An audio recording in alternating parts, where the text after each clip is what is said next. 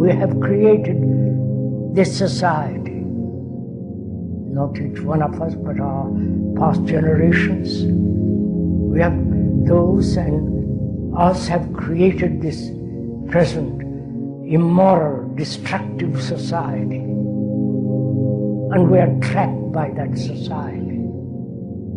That society is made by each one of us. So we are responsible for that society.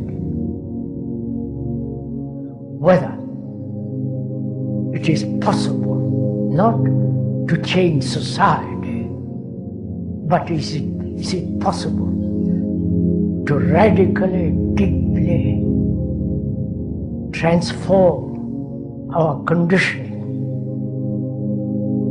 which is understand deeply our consciousness, which is what we are. Is it possible to transform not into something, but to change, bring about a mutation in the very structure and nature of our consciousness?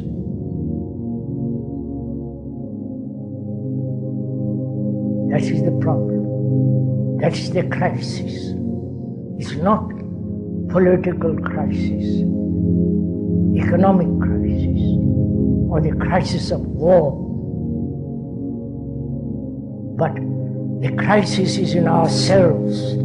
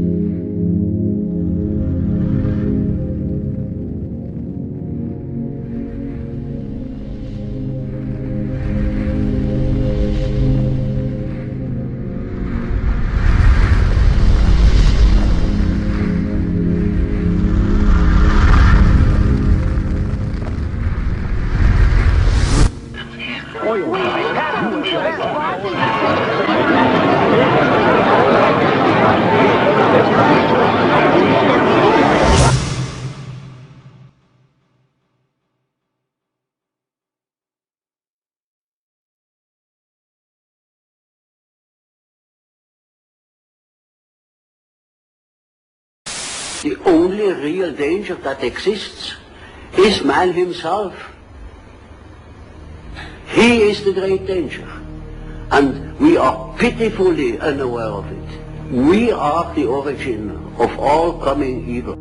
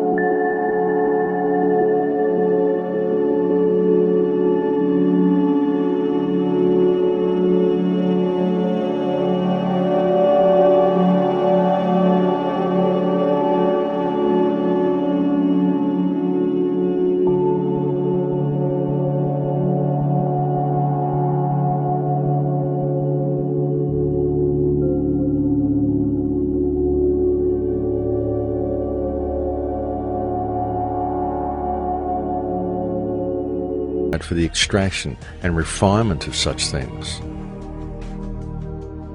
Would you, if left to your own devices, ever come up with a thing like metallurgy? Would you come up with advanced science, spy satellites, or nuclear weapons?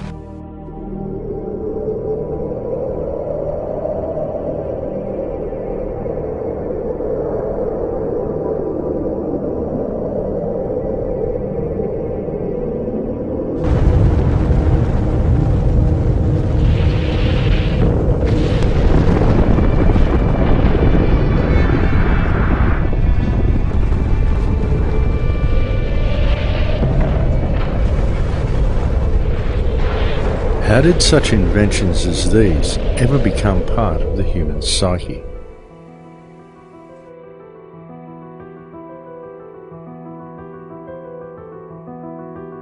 But it doesn't stop at advanced technology.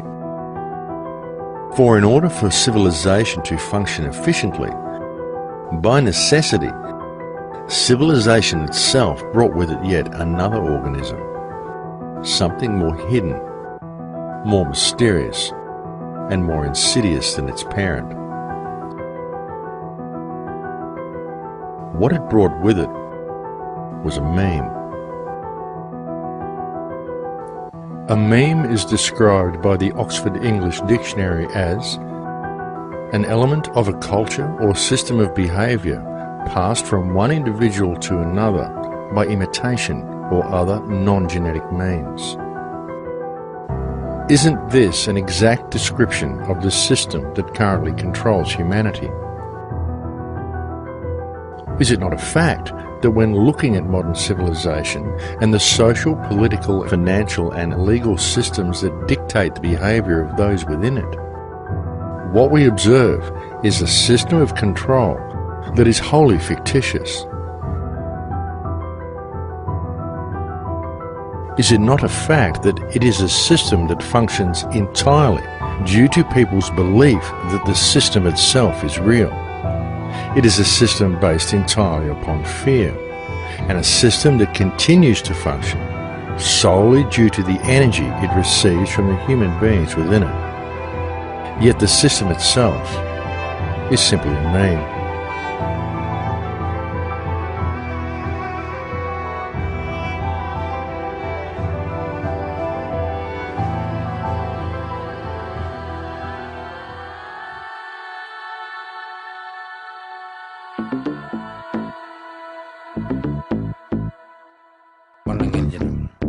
You are me.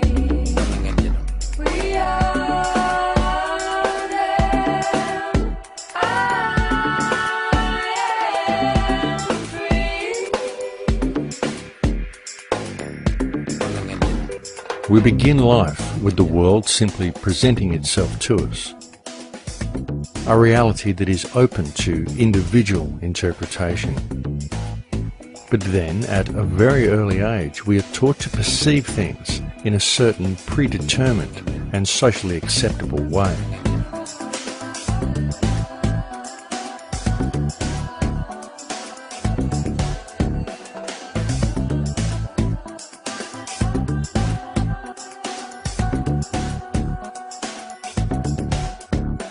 The process begins first at home,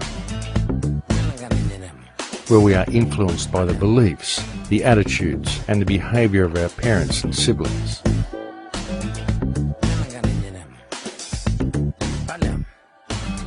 And then, as soon as we are old enough to be capable of independent thought and have gained an acceptable degree of communication skills,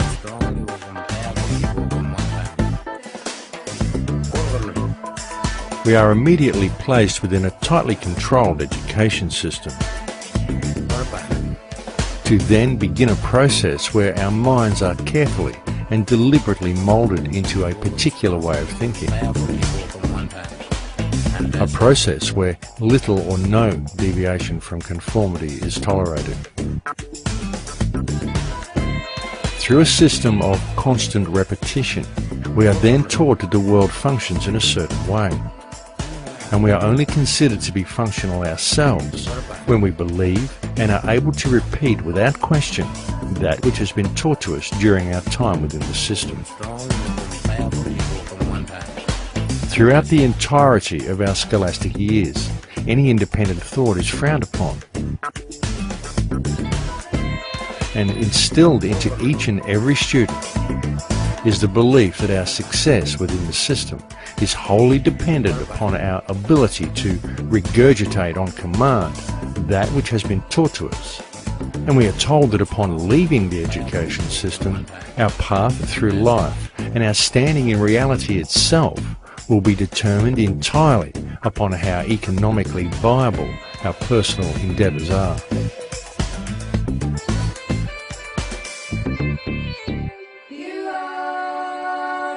We are taught that it is only through profit and through continual financial gain that our personal success will be measured.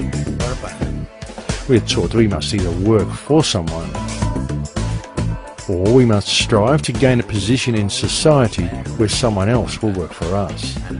But either way, all must work. We are essentially taught to be slaves who will spend the majority of life in the pursuit of paper or of digital credits. And through our belief that this system is real, we find ourselves living within a society that has been structured in such a way that were we not to dedicate our time to the accumulation of such things, then all that nature has provided for us, all that nature has provided freely for the benefit of all, will remain forever out of reach. Yet in pursuing such goals in the belief that doing so will enrich our lives, all we do is give power to the meme that enslaves us. And the price we ultimately pay is the connection we once had to the world around us. The price we ultimately pay is life itself.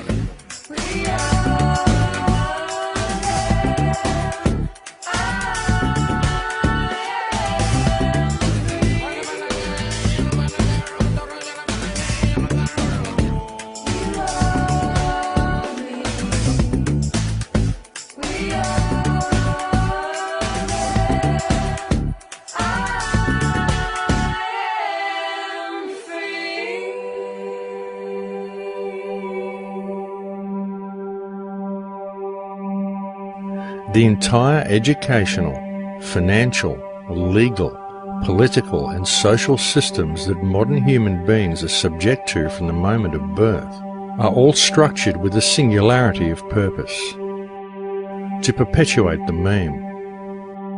These systems are designed to ensure that each individual is kept locked into a left brain understanding of the world, is kept disconnected from the reality around them, and that each individual grows into adulthood with the understanding that the meaning of life is the one with the most wins. But life is not a board game, and there is far more going on in the world around them than most people ever realise, because there is far more going on around them than that which can be perceived by the five senses. In fact, there is an entire language and an entirely different way of communicating with creation that is readily available to all. Only due to the solely left brain perception of reality that has been forced upon them since birth, most people do not even realise such things exist. And it has been so long since most of humanity accessed and used these higher senses that they've simply forgotten the language. When you look at the brain, it's obvious that the two cerebral cortices are completely separate from one another. Our right hemisphere functions like a parallel processor, while our left hemisphere functions like a serial processor. Because they process information differently, each of our hemispheres think about different things, they care about different things, and dare I say, they have very different personalities. Our right hemisphere, it thinks in pictures, and it learns kinesthetically through the movement of our bodies. Information in the form of energy streams in simultaneously through all of our sensory systems, and then it explodes into this enormous collage of what this present moment looks like, smells like, and tastes like, what it feels like, and what it sounds like. I am an energy being connected to the energy all around me through the consciousness of my right hemisphere. My left hemisphere, our left hemisphere, is a very different place. Our left hemisphere thinks linearly and methodically. Our left hemisphere is all about the past, and it's all about the future.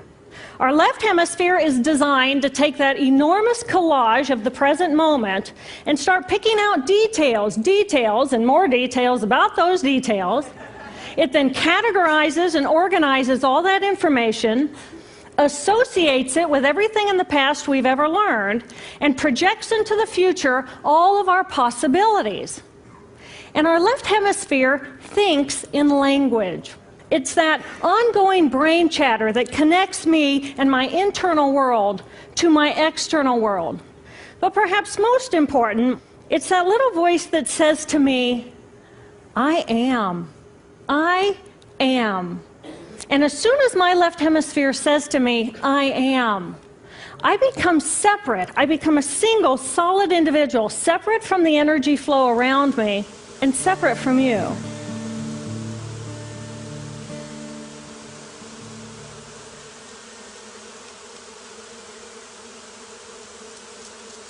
We have up here just an entire colony of bees creating some type of amazing magnetic force field around this tree, and this tree is transmitting whatever that is to the ground that I'm sitting on. Whatever this language is that's coming from all these insects, all these species, to and from the earth, back and forth, it's incredible, and the amount of communication that goes into it. We still, for some reason, think that we are the center of the universe, even though we try to pretend that we're not. Somehow we think that everything that happens around here, all the species, they have whatever scientific evidence that we understand. These species pollinate this, those species do this, do that, and the other. And as long as we take care of the species that we need, as long as we take care of all the ecosystems that will sustain us as humanity on this earth, then we'll be fine. Without understanding that if you were to look at it as this spherical spider web, 360 degrees, we're just a small little portion of it. And yeah, maybe a couple 100,000, maybe a million threads or webs would contact us. But when you branch it out and you understand that this entire web is connected to another spot, and there's 100,000 pieces that connect to that, 100,000 pieces that connect to the one down here, and overall, they're all connected in some way, shape, or form. So if you remove one because you don't think it's important enough, we seem to think it's insignificant because there's no direct impact on us. But I think that's such an illegitimate way of looking at it, because how could you say that any of this is not profound? How could you say any of it is insignificant when in the long run, it's not by a random occurrence that species grow in certain areas. It's not by a random occurrence that there are certain animal species in certain areas, certain plants in certain areas, and they all develop this massive ecosystem that feeds each other. How can we not say that specific ecosystems feed other specific ecosystems? How can we not say that the oceans are important to the deserts? How can we not say that all insects and species are important to plant life, important to mineral life? So, in a sense like that, just taking in all of these species that we see around us, taking in absolutely everything that we may not even see within that, the communication between them, we only see it from our perspective, but there has to be thousands, maybe millions, maybe infinite more methods of communication, some type of dialogue between these species and one another. And maybe we don't hear that because it's not necessary for us to. But to respect it, I think respect is one of the most important languages that we've lost, and I think love is the most important language that we've lost.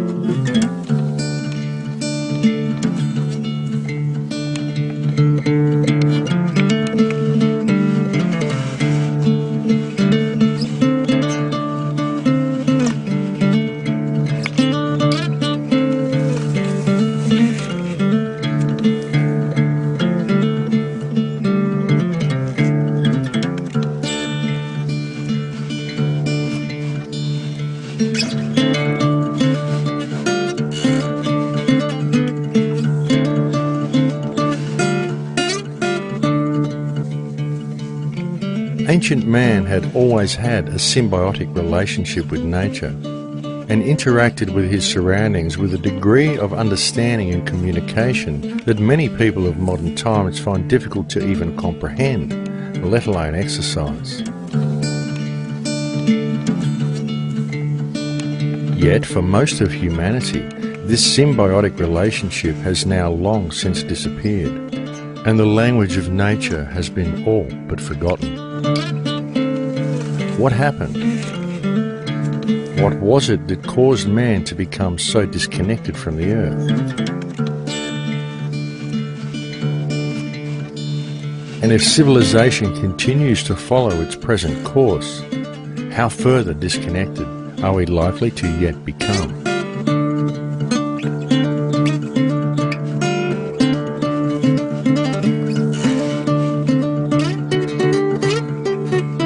As we merge with machines, and I think it's inevitable that we will transform into something new.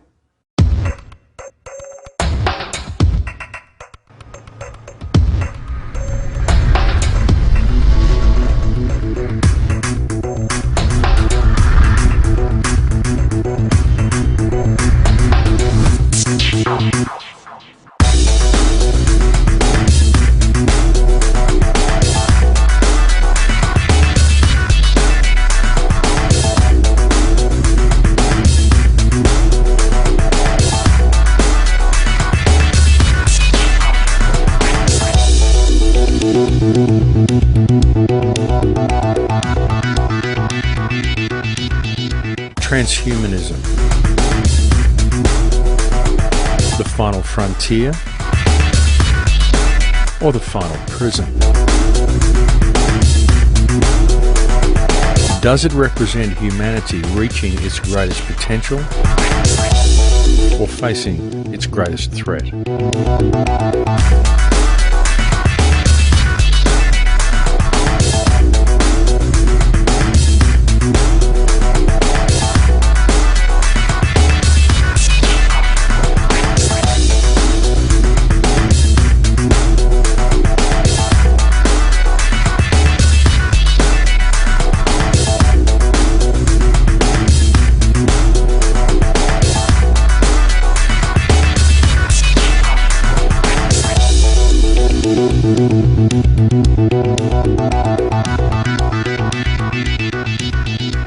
Over the last century, the people of Earth have continuously become more disconnected, both from each other and from their surroundings.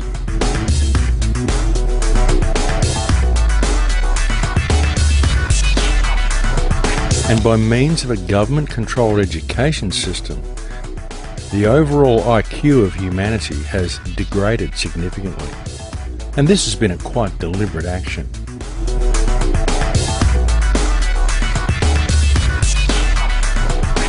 But in our eagerness to embrace technology, one of the most significant problems we are facing is that if one steps back and looks a little deeper at the system we are living within, it becomes glaringly apparent that what this system is in the process of doing is seeing to the removal of virtually everything that makes humanity human, to then usher in a new era, the age of the transhuman. Anybody who is going to be resisting this progress forward is going to be resisting evolution. And fundamentally, they will die out.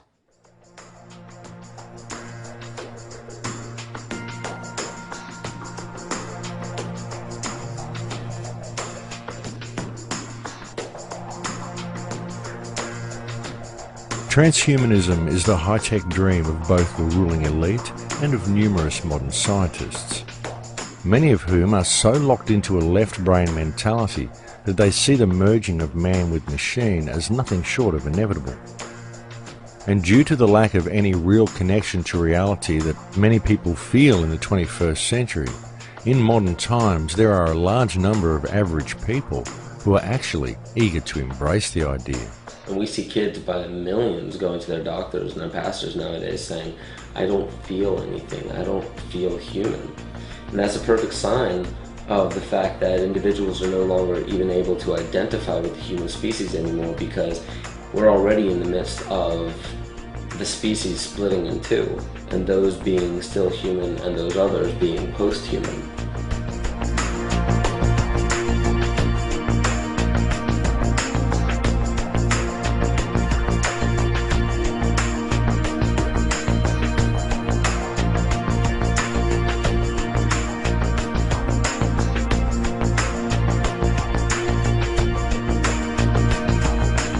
As attractive as the concept of simply linking your consciousness up to a mainframe and going online may be to some, human beings are complex and emotional creatures. It's what makes them human. And so the question must be asked, is this evolution? Is this what life is really about? Is this truly where humanity is destined to go?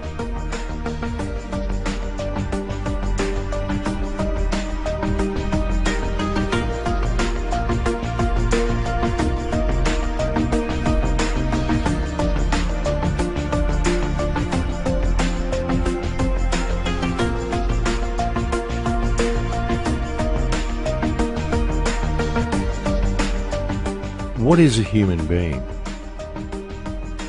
What makes it possible for a biological organism that is around 85% water to function as a sentient life form? Why do human beings experience reality in the manner that they do? And what effect may it have upon human beings if they were to enhance themselves with technology? There is a very, very dark side and an occult side to transhumanism, but I believe that everybody should be able to recognize that if you look at it for what it is, transhumanism represents mankind's desire to escape the human condition. I also personally believe that transhumanism is the religion of the atheists. Much is about upgrades, physically or intellectually, but if you listen to the transhumanists, they say that eventually you'll be able to upload your soul or consciousness to a computer. And at that stage you will basically be able to decide how you would like to live, how long you would like to live, but also the rules that would be surrounding you. Transhumanism is related to technological utopianism, a futuristic science fiction world, a belief that science and technology will shape things for the better, eventually leading to a utopia. It's an updated version of an old religion, an idea of a new heaven. If you're good, if you believe in Jesus, Allah, Vishnu or Buddha, whoever, you will come to heaven. But much in the same way, if you believe now in science and technology, you are all going to reap the benefits of a new heaven that is going to be created right here on earth. We are on a quest to better ourselves, evolving toward a state of perfection.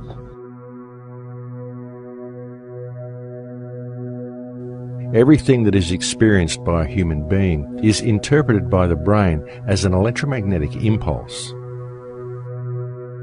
Whether it be sight, or sound, or touch, or taste, or smell. All perception of these senses are merely electromagnetic signals interpreted by the brain. It can therefore be clearly seen that the human body is in fact an extremely advanced biological computer. And so the real question then becomes, what are the real implications and the real dangers of such a digitally controlled world? And ultimately, why? Why would humanity ever seek to blend something as complex, as highly advanced and as miraculous as a human body computer with something as inorganic and limiting as a machine that has the very real potential of being controlled by an outside source? It's not a matter whether it's good or bad. It's going to happen.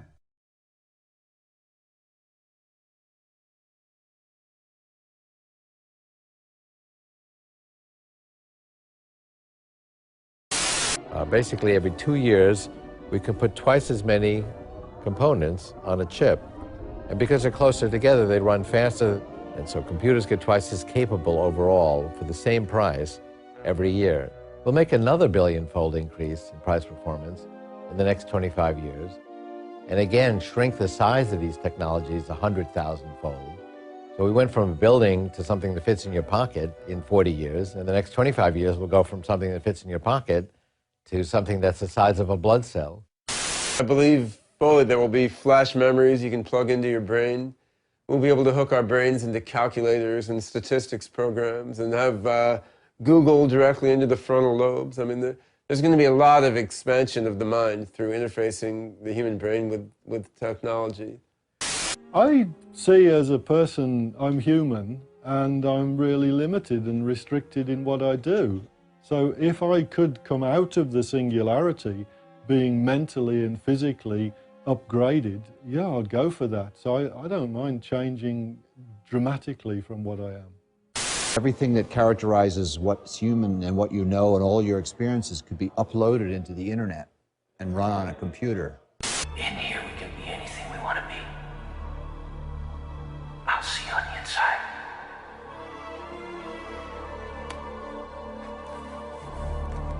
When you are completely identified with your ego, which is a fiction that we choose to believe in, then that's the same as believing in the constructs of a computer to be what you are.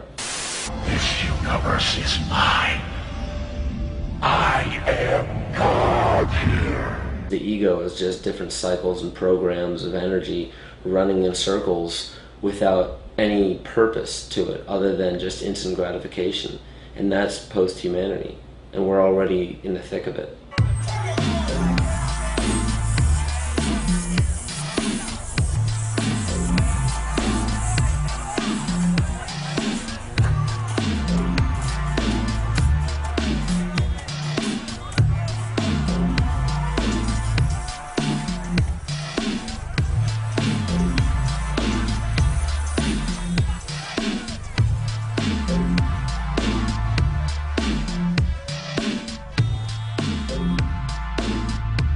What we have in modern times is a species with only 3% of active DNA, indoctrinated into using only one side of their brain, that exists in a debt-based society in which every single person within it is required to pay to live in what is essentially temporary accommodation, as our modern consumerist-based societies build very little that is actually designed to last.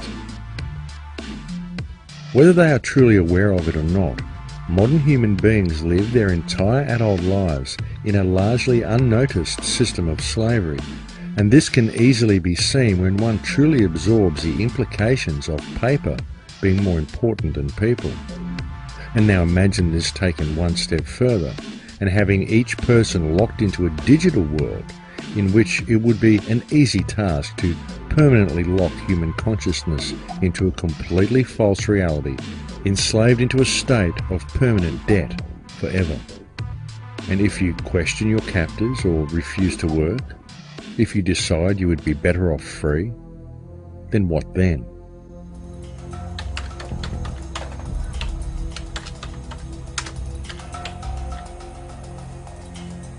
Transhumanism may well be presented to the world as a method of improving mankind.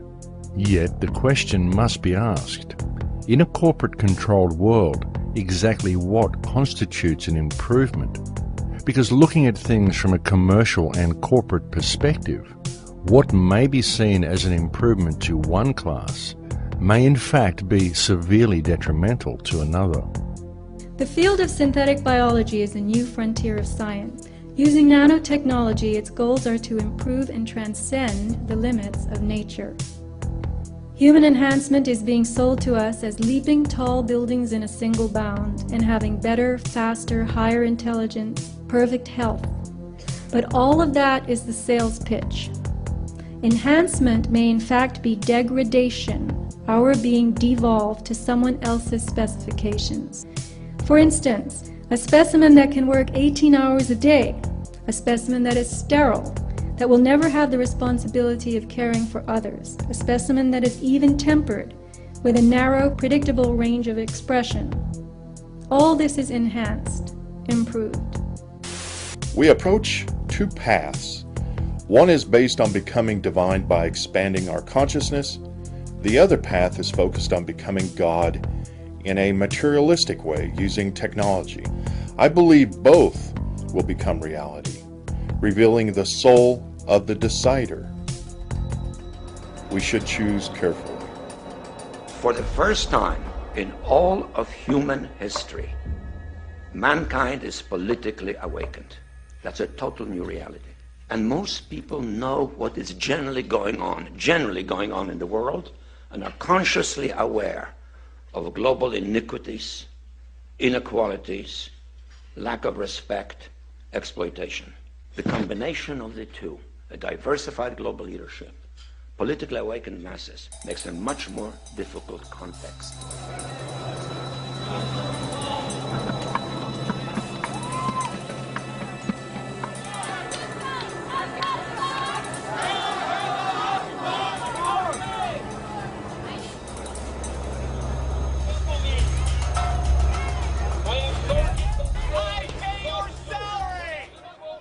Most people at some period in their life experience what one might perhaps call a lucid moment. A moment when they look at life around them and they think, is this it? And then it suddenly hits them that there must be something more, that there is something more to life. Many people instinctively know that there is a great deal more to reality than what can be perceived with the five senses. But because most people think only with their left brain, they believe that connection to these realms can only be achieved through external technology, through science. A very good example of this is the internet. People find the internet with its instant connection to others and its instant access to information to be quite natural. In fact, there are many people today who simply cannot imagine life without it. The internet, in its own sense, unites humanity as one organism, able to communicate with itself spontaneously. And this becomes more true each day as more countries and more people come online. In this growing web of communication, we can clearly see the unification of mankind becoming a reality. But it is a digital version of it. One could almost say that the internet as we know it today is the central nervous system of a new humanity. A humanity that is vastly different from anything that has previously existed.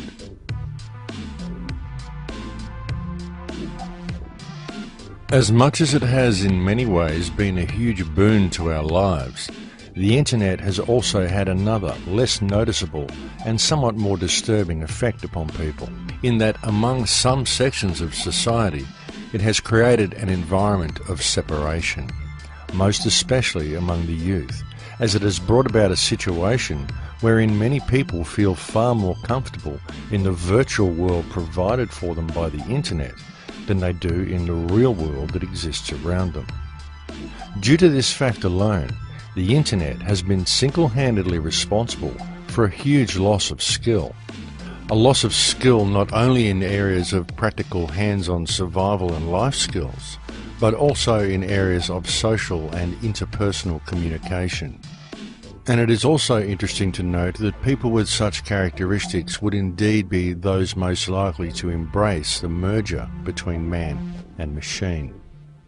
The internet, cell phones, all these other things that they've definitely enhanced our speed of communication, but they've also done something very important, and they've severed a very crucial tie between actually talking to people, looking into their eyes when you're talking to them, getting a feel for what they're actually feeling, and just in the simple fact that now everything is based upon language. We send language through the internet, we send language through the phone, language comes across through the television, and fortunately they're able to give a couple pictures and symbols and things like that, but other than that it's just based upon the language, and it's so disconnected from actual reality. Nobody ever stops and sits anymore and just sits inside an actual environment that is natural and just stops and listens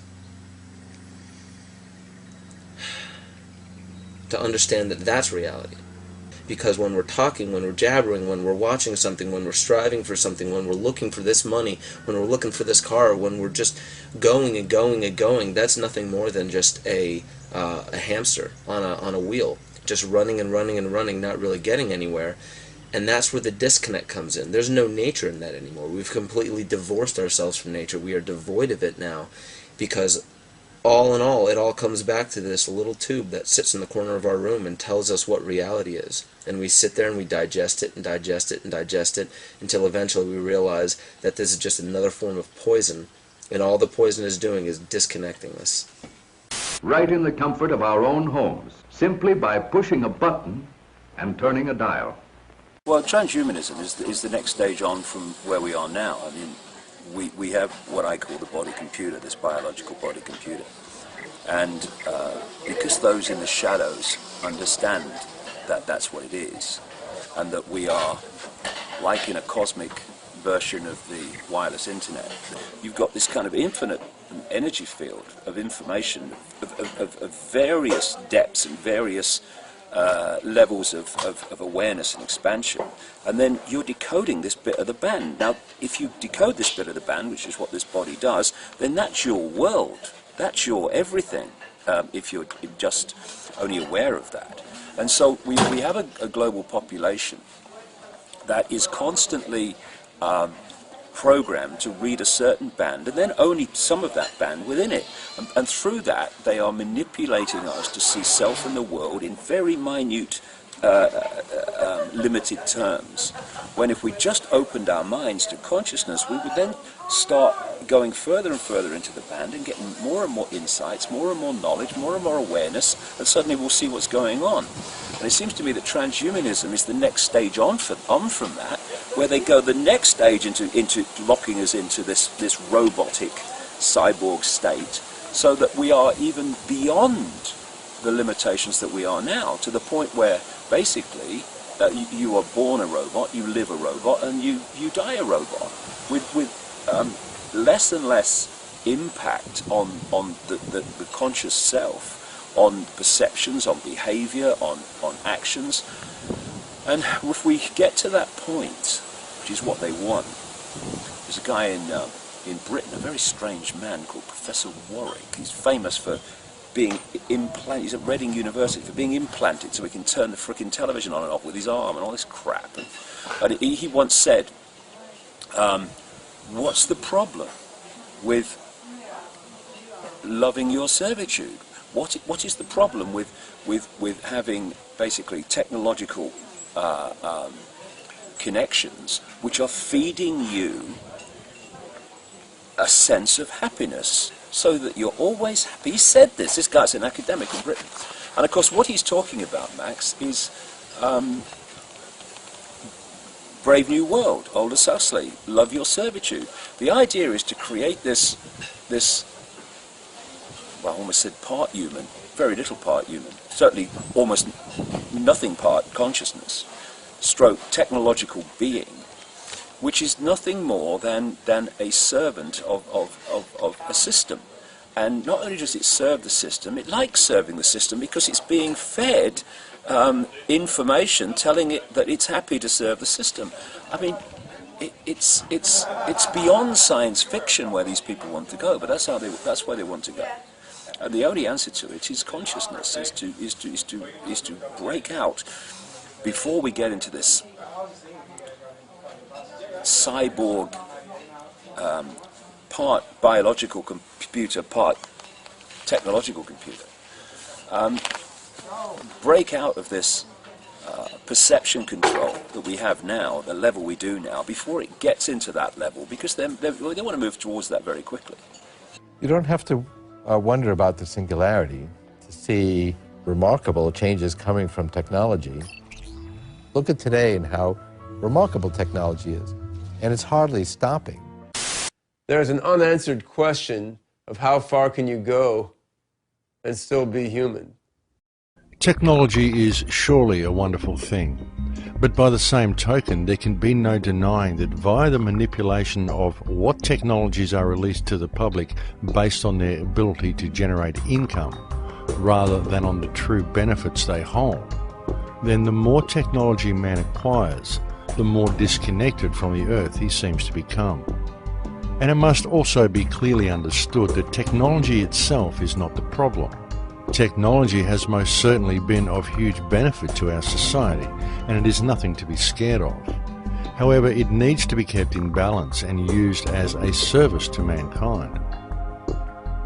But what actually is transhumanism? What does it really mean? The transhumanist dream is perhaps best summed up by Ray Kurzweil at the close of his film Transcendent Man. And as positive and beneficial as the idea is presented to the viewer as being, the underlying tone is of the gradual assimilation of all life upon the earth, and indeed the entire universe, into one huge nano-machine, whereby the universe will become intelligent, as if it wasn't already, and at which point man himself will have created the machine god transhumanists believe human consciousness will ultimately become. In the future, everything will become intelligent. Nanobots will infuse all the matter around us with information. Rocks, trees, everything will become these intelligent computers. So at that point, we're going to expand out into the rest of the universe. We will be sending basically nanotechnology infused with artificial intelligence. Swarms of those will go out into the universe and basically find other matter and energy that we can then harness to expand the overall intelligence of our human-machine civilization. So the universe will wake up, it'll become intelligent, and that will multiply our intelligence trillions of trillions fold. You know, we can't really fully contemplate. And that's really the main reason this is called the singularity. But regardless of what you call it, it will be the universe waking up. So does God exist? Well, I would say not yet. We are the Borg. Lower your shields and surrender your ships. We will add your biological and technological distinctiveness to our own. Your culture will adapt to service us. Resistance is futile.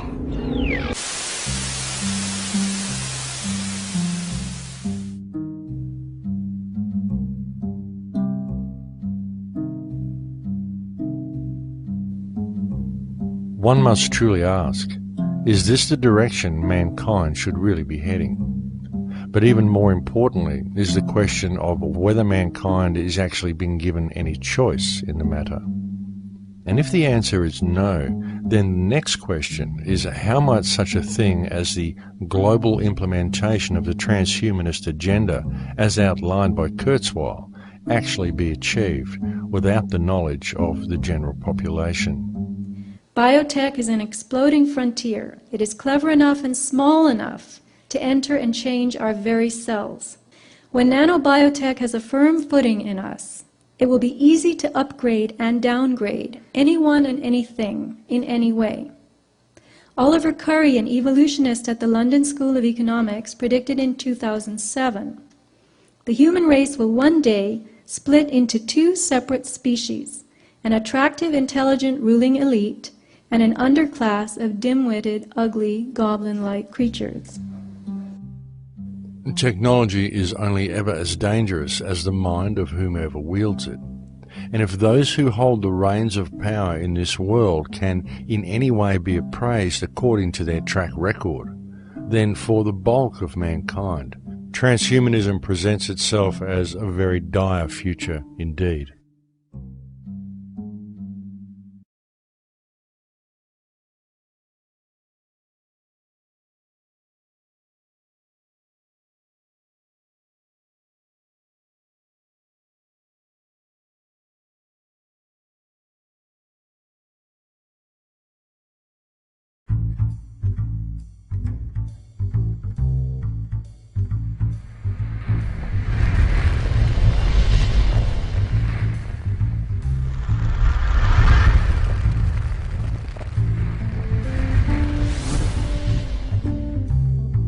If it were possible to achieve the dream of people such as Ray Kurzweil and create a world where even the plants and rocks were fused with intelligent nanotechnology, how might such a thing be done? Very notably and quite obviously due to their microscopic size, the prospect of doing so without the knowledge of a vast amount of the population must be seen as utterly plausible. But how could such a mammoth undertaking be implemented? What delivery system could be employed to ensure the widest and most effective method of reaching the subject population?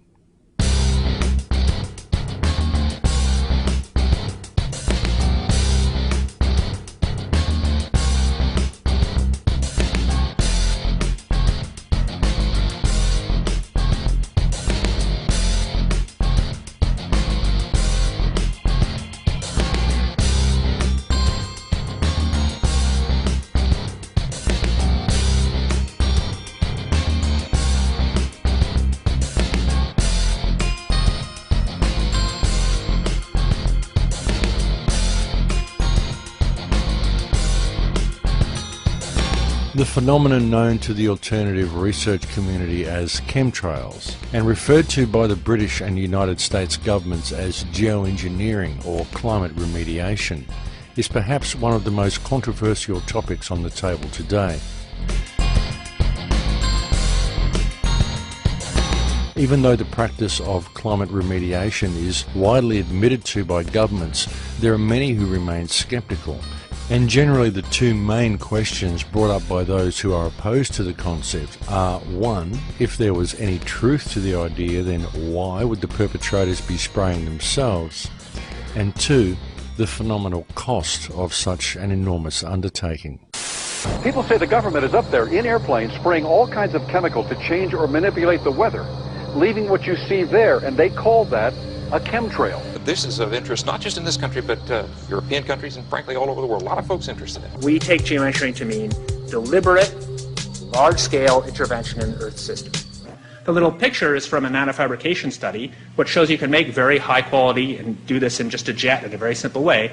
Aerosol geoengineering looks like it is so cheap that the cost is basically not going to be an issue.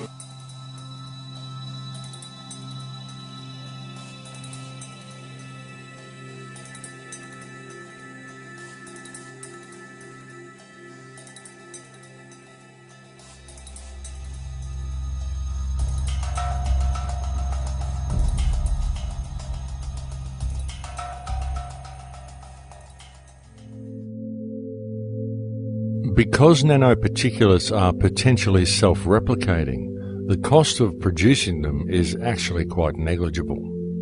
As for the question as to why the perpetrators would be spraying themselves, well, that answer is in fact a very simple one. These people want transhumanism. In fact, when one truly considers the transhumanist agenda and it begins to sink in that chemtrails seem to consist of nanoparticulates or smart dust, then the last piece of the puzzle falls snugly into place. And it is far from inconceivable that were the global population to be infused with programmable nanoparticulates, then when these tiny machines are switched on, they will simply do what they are programmed to do. And that what this may be may also be largely due to what other genetic codes have first been introduced into the host. We have more than tripled the numbers of doses of vaccines we're giving our children in the last quarter century. Up to 15 by the age of 6. Why are so many highly vaccinated children so sick? The elites, those who can afford to carry out practices such as chemtrails, generally don't eat processed or genetically altered food, and it is extremely unlikely that they are subject to the same rigorous vaccination regime as the general public. If mankind is indeed ingesting nanoparticulates without their general knowledge, then how might such machines be controlled or switched on? In answer to this question, one only needs to realize that it is now a long-established fact that when anything occurs within the human experience, ultimately the information travels around the body electromagnetically. All our 5 senses, along with any emotional information, is all interpreted by the brain via these electromagnetic signals. Therefore, it is also an established fact that man can be influenced and even controlled via electromagnetism. Metallic salts have made our air conductive. This means that we and everything around us can transmit and propagate energy. The air is no longer neutral. I think the smart meter is a very good move for the company just for the customer aspect, I mean, they can keep more real-time information on a day-to-day basis.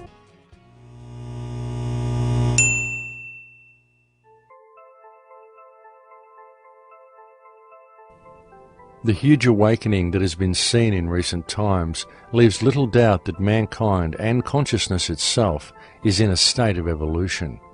But there also exists compelling evidence suggesting that there are certain forces at work who wish to control the direction this evolution will take.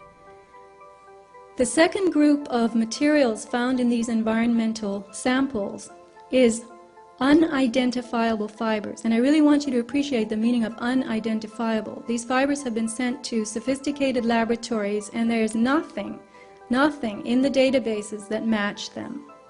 These are fibers, we could say, that do not exist in nature. People around the world are developing lesions on their skin that ooze and produce fibers. This is known as Morgellons syndrome. Tissue samples cultured from ordinary people without this ailment contain and grow the very same fibers. When these fibers are cultured, they produce colonies of filaments. You can see the extension filaments. And these colonies continue to grow and reproduce, branching out into more filaments and more colonies. The filament cultures can be grown from saliva samples, tissue from the skin, mucus, urine, blood, from animals and people, regardless of the presence of the Morgellons condition. So where do these fibers or filaments come from?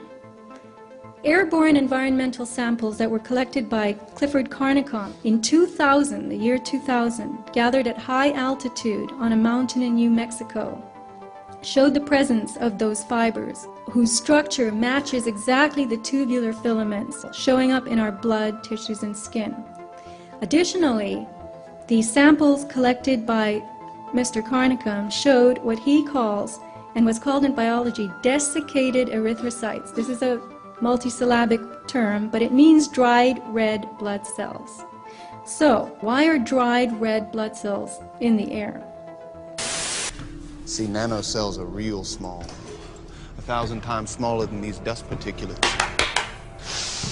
You inhale it, they go to work, replicating, spreading like a virus, multiplying in exponentials. 6 months' time, I could have 100 million people. Converted ditch diggers, porn stars, and presidents. Not one would be the wiser. 100 million people who buy what I want them to buy and do pretty much damn well anything I figure they ought to do. Those unidentifiable filaments, he has observed the formation of red blood cells and submicron-sized structures. So now you've got a filament making its own red blood cells. The engineered cells, the red blood, very, very tough, withstanding excesses of heat and chemicals, indicating that they are designed to endure almost anything. He has put them in a Bunsen flame, he has poured bleach on them, acid, and they still endure.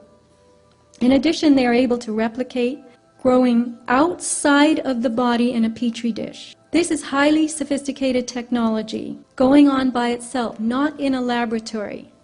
People with advanced Morgellons syndrome started with fibers coming out of their skin, and they're now observing very strange crystalline forms and metallic devices, plaque structures, even grooved metallic devices. On the right you'll see one device, the front and the back. The fiber strands that you see here were made of cellulose and GNA. GNA is DNA's chemical cousin. It's a nanotechnology building block. The nanostructures contain additional properties not found in DNA, including the ability to form mirror image structures. Here you have a nanoarray, a tiny device used in biotech for DNA hybridization. And on the left you see a diagram from an industry website of a nanoarray, and on the slide you can see actually two of them. She's marked them with red X's that came out of her body, looking exactly like this. So, we begin with the emergence of basic filaments, followed by more complex structures. So what processes are going on here? Are these materials combining to form devices that are working together inside us? What is happening to our biology? And remember that Tissue samples obtained from ordinary people who have no Morgellons symptoms, no lesions, can be cultured to produce the very same filaments found in people with Morgellons. So we would have to conclude that Morgellons is like the canary in the coal mine, and that only some people are exuding the materials. And could that be because their bodies are rejecting it, while our bodies are integrating it?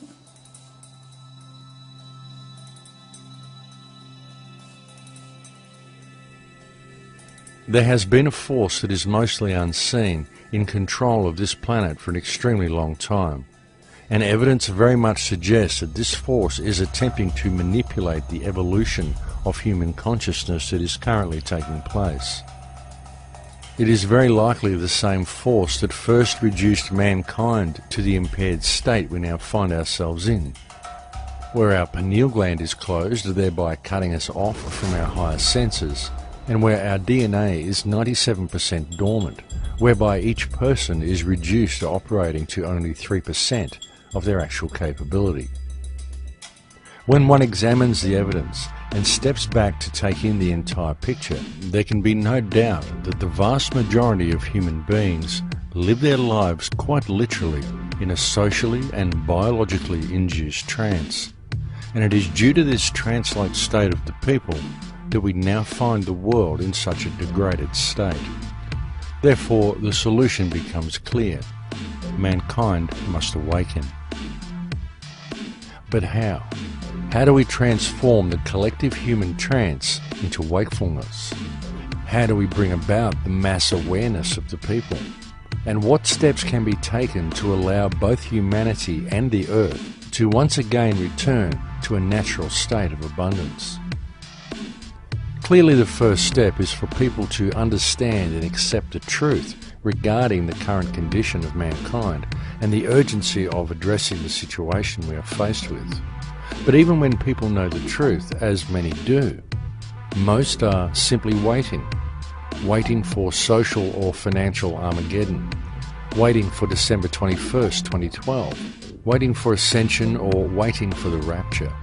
And due to this lack of positive and decisive action, while people wait for redemption to be delivered to them via an outside source, the destructive machine of modern civilization continues to grind slowly forward towards its inevitable conclusion. Obviously, it is extremely important for mankind to truly grasp the depths of the problems we are facing and to the peril that our collective failure to deal with things has placed us in. And this peril includes not only the human race, but the entire earth and all life upon it. Because if mankind allows the ship of state to continue sailing in its current direction, within possibly 3 to 5 generations, we are very likely to have allowed the creation of a world that will no longer support life as we know it. There's an incredible disconnect between reality and what we're fed as reality, such as this little electronic box that millions upon billions of homes have now, and we now digest all of our reality from this little electronic tube. None of what we're actually getting in this tube is reality other than the fact that we're watching television. That's it. That's the only portion of that that's actually real. But what we do is we lose ourselves then. We almost become too identified. We forget that we're even existent, so we are identified with everything that we're seeing, and this becomes our reality. And we forget that not only is this cherry-picked information, but above and beyond all that, no one even stops to think that this is somebody's interpretation of what happened in an area. So everything that we're getting is literally somebody else's creation. It's a manufactured idea that's put into this little tube and then projected into us as reality.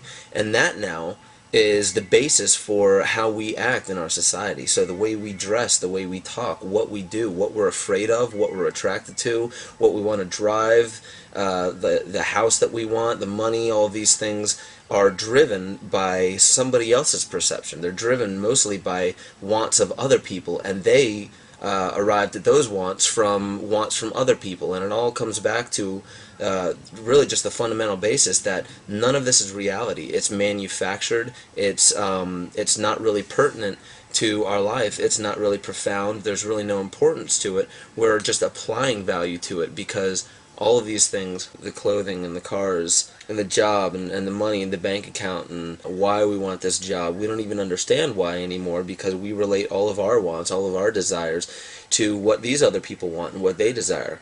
And if you actually get to the core of it, we don't even truly want these things. We just want the other people around us to see that we have what they want, because that gives us a measure of control or a measure of power. And it all boils down to a level of security. And that's all that all of this really is the fact that people are following these fashions they don't understand. They're following these ideals that they don't understand.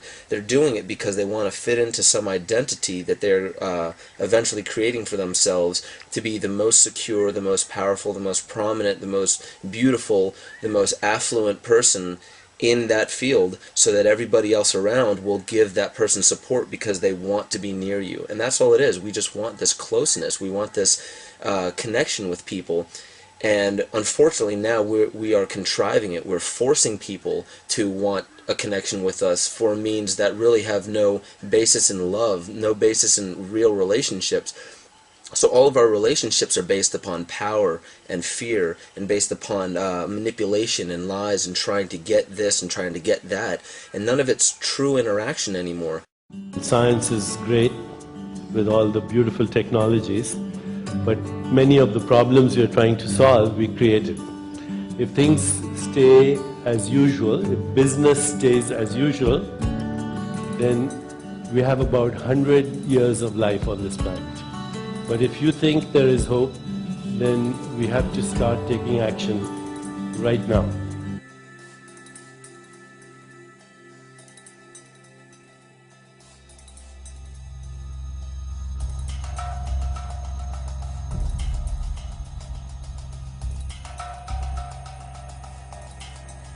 Indeed, if heavy industry and the genetic manipulation of the Earth environment is allowed to progress at its current rate, then the only life that will be able to survive on Earth will need to be of a very robust nature. Such life would be transhuman by necessity. Biology divides life into three kingdoms: bacteria, archaea, and eukarya. Bacteria and archaea are simple organisms with no subcellular compartments. Eukarya are complex, with defined cell compartments and internal organelles, mini organs like mitochondria that make DNA and energy for the cell. Plants, animals, and humans are eukaryotic, as are fungi and slime molds. The archaea are the hardiest of the life forms. They're able to withstand grinding pressure, heat, acidity, and alkalinity. They can live in volcanoes, geysers, and the ice shelf. Now, the materials appearing within these filaments are as tough as archaea. They look like bacteria, and they self-replicate. And natural fibers would be classified as fungal in the domain of eukaryotes. But these fibers contain forms from the other two groups inside them. You're looking at a tubular fiber with self-replicating internal elements resembling bacteria and behaving like archaea. That does not happen in the natural world. They are designed to endure almost anything.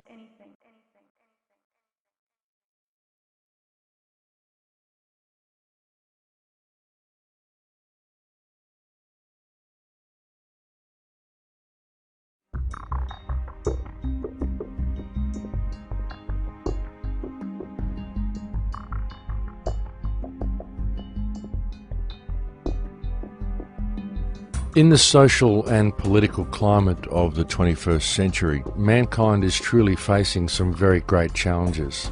Many of them made all the more difficult due to the fact that they are challenges that go mostly unnoticed by the vast majority of people. The vast majority of people in the world today only perceive the world the way it appears on the surface. However, the real truth is that the world that we live in today is actually very different to that which most people perceive it to be. Because just below the surface of everyday life, beneath the social and political distractions of the reality offered to the masses via their television, there exists another world. The world that most people perceive is simply a facade. It is an illusionary reality where nothing is what it seems. It is a world where our social system is designed to foster division, our education system is designed to conceal knowledge, our health system is designed to create sickness, our financial system is designed to steal wealth, our community is designed to create disunity, and our very civilization itself is wholly uncivilized. We live in a world where 2% of the population controls 98% of the global resources, while the other 98% of people are left to compete against each other in order to gather some small fraction of the other 2% that is left to them in order to support their lives and their families. In fact, the world of today is so disjointed and so out of balance that the most amazing part of it all is that there are actually people who cannot seem to see it. And this is because the systems of control that have been put in place to blind people to the true realities of our world have been very cleverly and very meticulously constructed. Though much of our society may appear to be free on the surface, if the truth be known, mankind is actually far from free. We are simply free range, for the world of modern times is actually a very controlled place. But the situation is not wholly lost, for the simple truth is that mankind has allowed their servants to take over the mansion, and these public servants have worked and are continuing to work to steal everything of value that they can from the people, while gradually enslaving the world to a set of rules of their own contrivance. Legislation that has been cleverly designed to remove actual law from the planet and impose in its stead the will of individuals. When one puts all the pieces of the puzzle together on the table, the chemtrails, the HAARP arrays that are appearing all over the planet, the promotion of wireless technology, the smart meters, the introduction of repressive legislation such as Codex Alimentarius, the mandatory use of Monsanto genetically modified food, the destruction of the water table, the introduction of brain-inhibiting toxins such as fluoride into people's diets, it becomes quite evident that the ruling factions on this planet are actively engaged in the genetic modification of all life on this planet in order to further the transhumanist agenda. It is being done quite deliberately and quite purposefully, and it is being done with neither the knowledge nor the consent of the vast majority of mankind.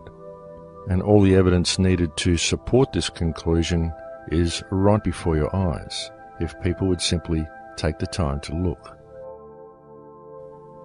The truth is that everything we are facing is visible in plain sight, and so is its inevitable conclusion. It's just that people tend to focus on their own little symptom and never step back to view the entire structure of our world holistically, and thus our response to the problem is compartmentalized, essentially rendering it ineffective. And this is all done by design, because in addressing their respective symptoms, people are trained to believe they have to work within the parameters of the system, rather than addressing the actual root of the problem.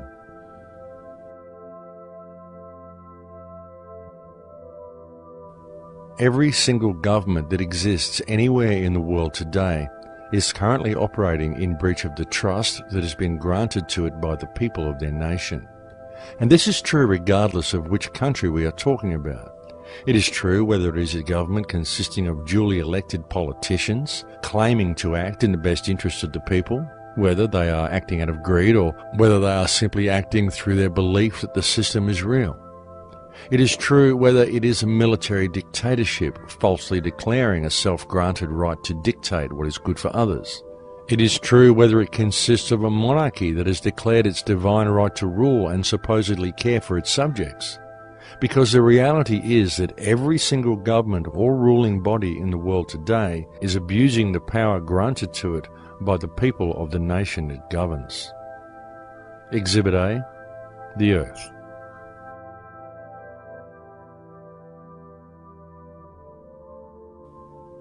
The remedy is for mankind to re-establish themselves as who and what they are, because the only ones who have any chance of addressing this situation are the people themselves.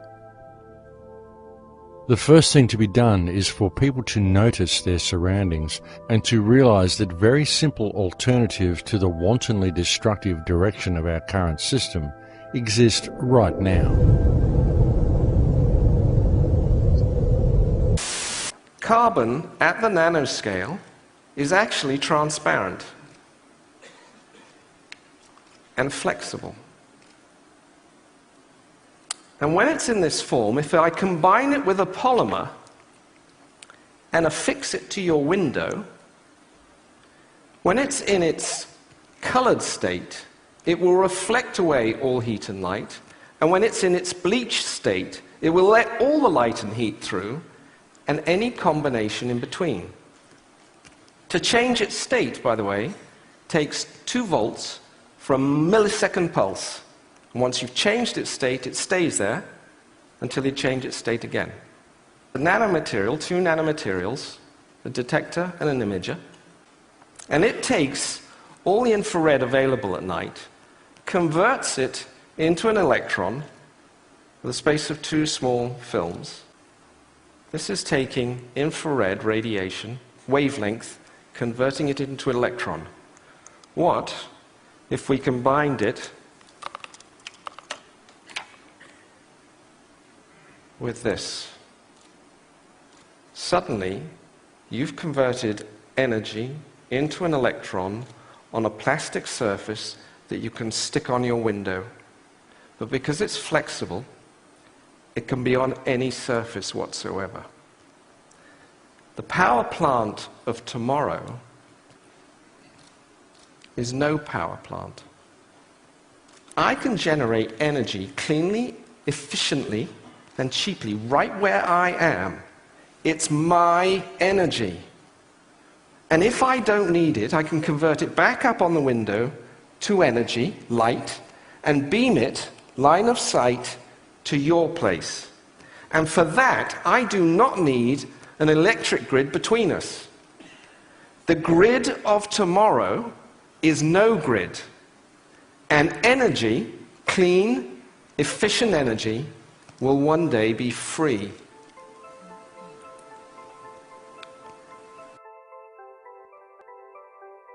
This type of technology exists right now, and the global implementation of such energy systems could begin tomorrow, thereby freeing mankind of its financial shackles and simultaneously circumventing some of the most pollutive industries on Earth.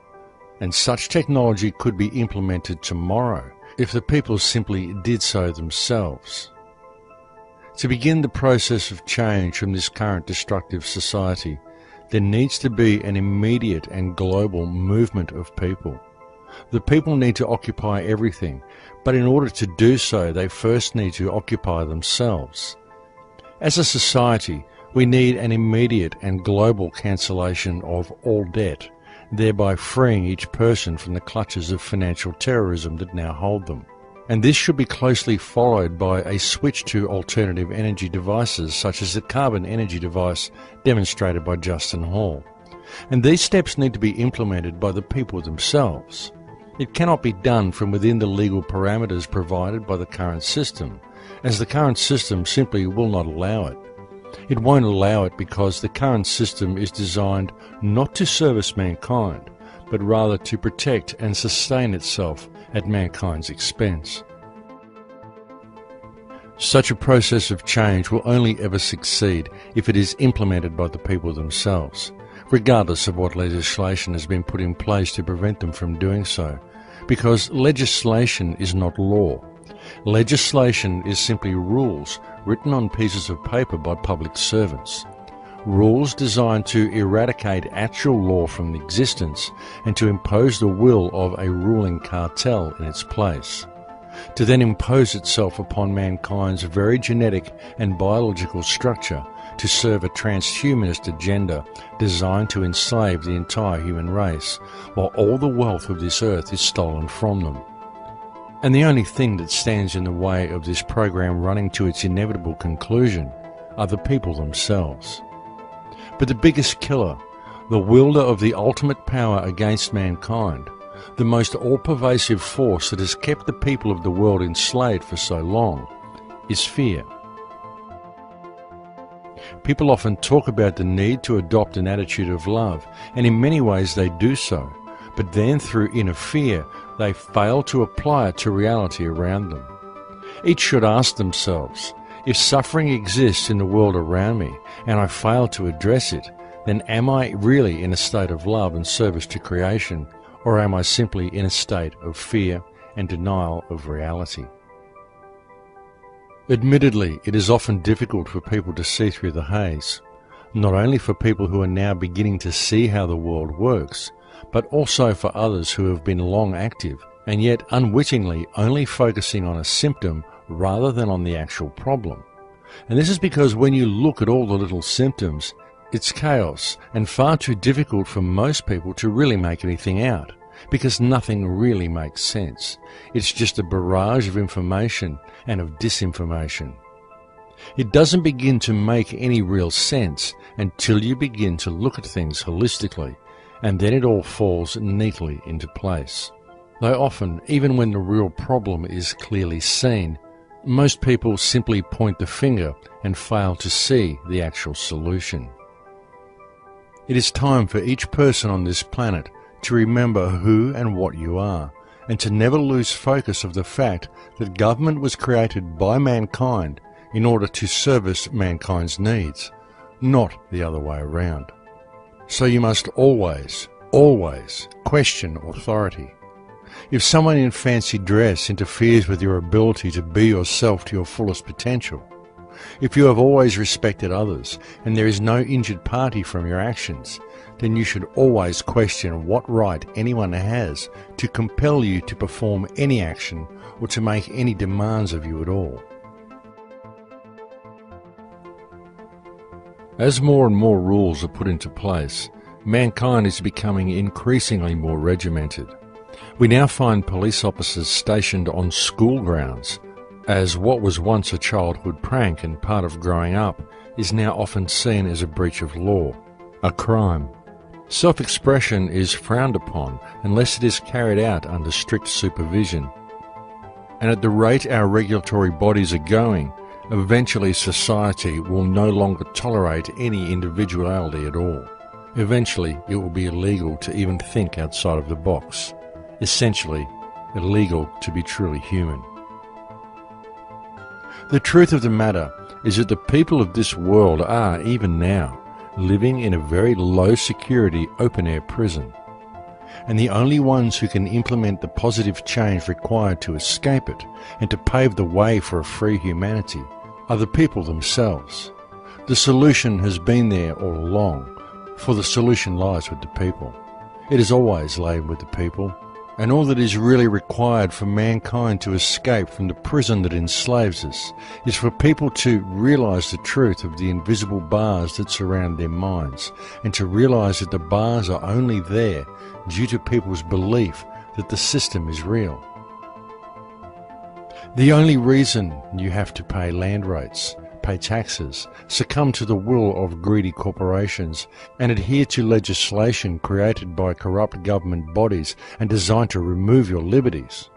The only reason all the modern world finds itself in a position where it is virtually enslaved by public servants is because you live in a divided society, and to people's failure to build common unity within their community, to get to know their neighbours, to support each other, and to see each other as valid. People have been taught to judge others by their differences, to play the blame game, to point the finger at another, and to voice their anger for their hardships and feel that they have achieved something, when by doing so they are simply perpetuating the division and effectively missing the actual problem altogether. Our leaders have replaced true and natural law with a set of rules of their own contrivance, and these rules have served to rob mankind of our earth and of our heritage. And we the people, the 99%, are truly the only ones who have the power to effect positive change. an alternative way of doing things, a system that empowers and frees the populace, will never be implemented via the means of the system that currently enslaves them. There is no legal remedy, no remedy in politics, no remedy in government. There can and will only ever be remedy found in natural law and in a population willing to honour it. And so now, more than ever, it is time for mankind to act and to clearly understand who we are. The most important thing we can do in the present moment is to realise that we each have the ability to peacefully but firmly stand to stop the further destruction of our water table and to prevent the rest of the transhumanist infrastructure from being put into place. And most importantly, to connect with our community and to lead by example in all that we do. And together we can easily reclaim our heritage and our birthright. But it will not be done while there is judgment or accomplished through violent revolution. Nor are they needed, because all it would take is mutual respect and a united act of non-compliance to a fictional system that enslaves the minds of almost all who inhabit this world due to people's belief that the system is real. Civil disobedience is not something outside the realm of democracy. Democracy requires civil disobedience. Without civil disobedience, democracy does not exist. You see, the solution lies with each of us. It lies with me, and it lies with you. And it lies in a simple choice between love and fear. Indeed, the path to remedy, the path to positive change, the path to alter the direction the ship of state is now sailing is right at our feet. All that is required is to take the first step. In Lakesh.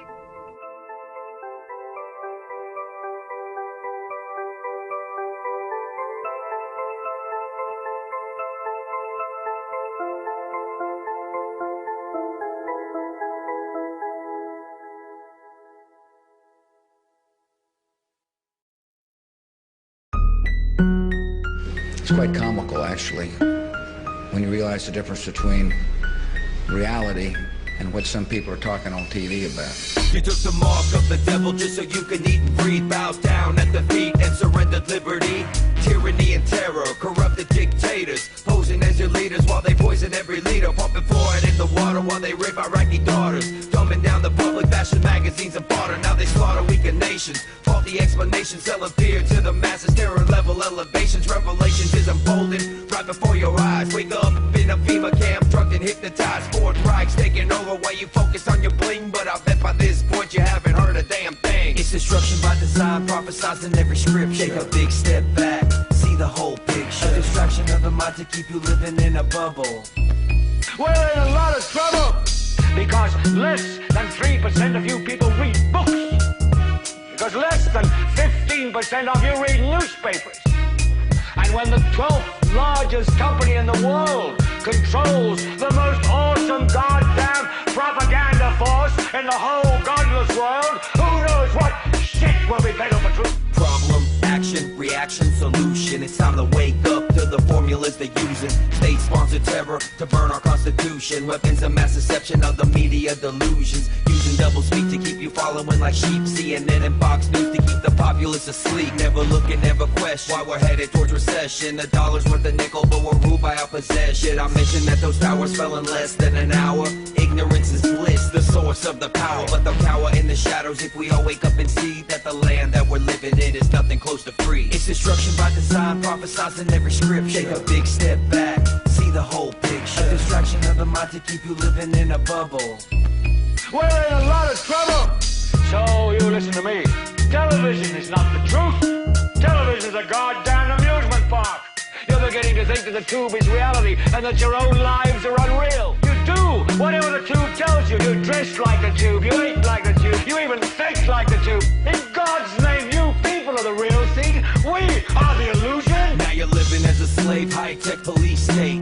Warrantless searches and waterboarding a waste. Mandatory vaccines to keep you sedated. Big brother on the screen to keep the public isolated. Conspiracy theories, now conspiracy facts. Thought crimes condemned like terroristic attacks. Every time you take a breath, you pay another tax. Every time you take a step, it's documented and tracked. It's whack how we're living, the planet's a prison. You should've listened up and questioned 9/11. Declared a revolution, defend our constitution. A public execution of corrupted institutions. It's destruction by design, prophesizing every scripture. Take a big step back, see the whole picture. A distraction of the mind to keep you living in a bubble.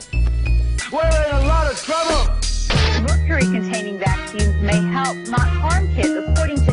If China were to revalue its currency, or China is to start making, say, toys that don't have lead in them, or food that isn't poisonous, their costs of production are going to go up, and that means prices at Walmart here in the United States are going to go up too. People out there in our nation don't have that, and I believe that our education, like such as in South Africa. First, a Fox News alert, coalition forces have discovered 500 chemical munitions in Iraq. Good evening. Today, our fellow citizens, our way of life, our very freedom came under attack. That how is Ron Paul's number so high? Clearly, some online communities are messing with the outcome. Live, all hell is breaking loose on 6th Avenue. You know, you need a permit to protest or demonstrate here in New York, but this anarchist group came forward. They really are one of the least attractive groups of demonstrators I've ever seen. One of the leaders, I guess, if violence breaks out, don't worry, we can handle it. Our Fox News team can take this bunch of, I don't want to use any foul language,